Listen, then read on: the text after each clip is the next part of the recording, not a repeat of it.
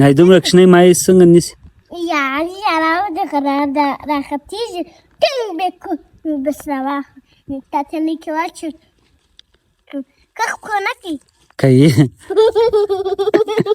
باترونه چیرې دي باتروم یې نشته خالي په دا اوبو کې کوي یخ هغه دې ګوره سره یو ځای مایع نه هغه دې سره راټول سوله هغه ګورئ څنګه خوند کوي په کلي کې نو دا اکثر موسم بارانونه ډېر زیات خوند کوي او دا د سارو سره هم دا د لګیا د خوراک کوي چیشه سبا شه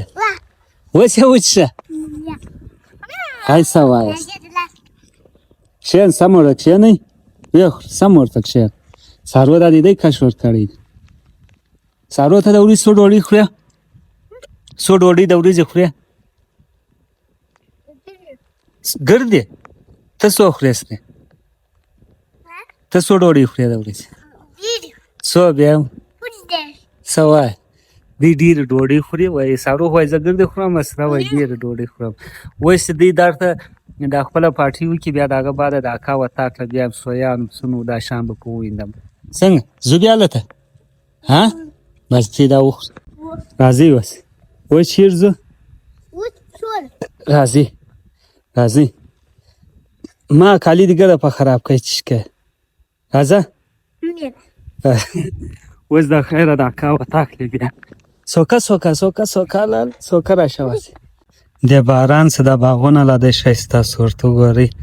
دا باحثه دی هغه یوه زوڼې کې دغه سوي دي دا ګورئ د انار درخت یې کې لګولی ده و هغه انګور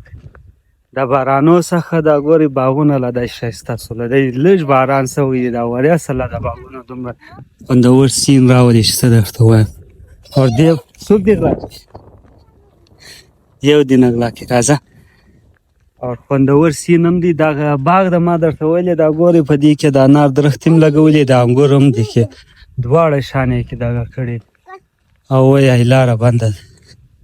دی راشه واسې هی چیشتې سارو هی چیشتې دا وحشي دی ها دا وحشي دی واشه به نه وي سم سوچ ورته وکړه چیش دی راځه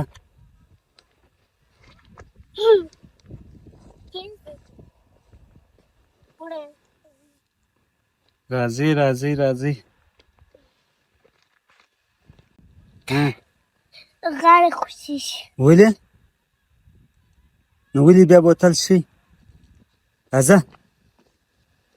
عاشه اوس خو مین روډ ته رالو اوس به زه ته یې ومنم چې داسې لاین څنګه شوه کېږي